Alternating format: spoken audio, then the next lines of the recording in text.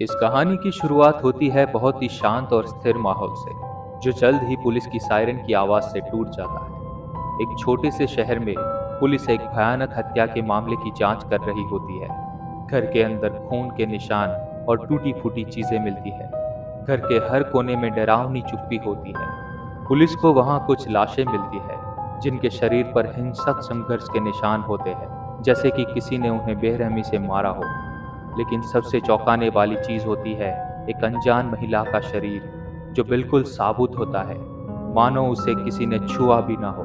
उसका चेहरा शांत और निर्दोष होता है, लेकिन उसकी आंखों में एक अजीब सा खालीपन होता है। इस महिला का शरीर पुलिस को एक उलझन में डाल देता है, क्योंकि पुलिस को उसका शरीर आधा मिट्टी में दबा हुआ मिलता है, जैसे कि उसे दफनाने की कोशिश की गई हो।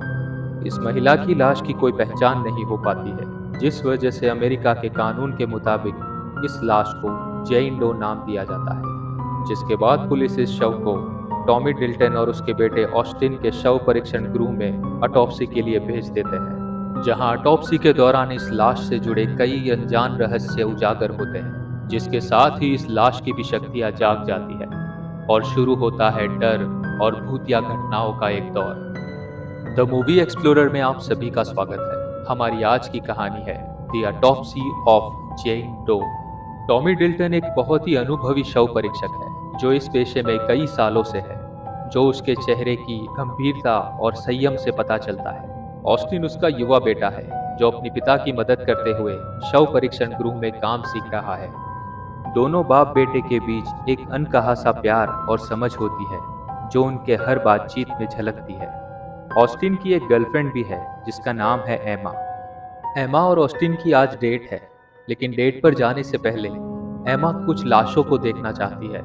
वो जानना चाहती है कि ऑस्टिन यहाँ पर क्या काम करता है। ऑस्टिन उसे ऐसा करने से मना करता है, लेकिन तभी टॉमी आकर उन्हें परमिशन देता है, जिससे पता चलता है कि एमा और ऑस्टिन के रिश्ते से टॉमी भी खुश है।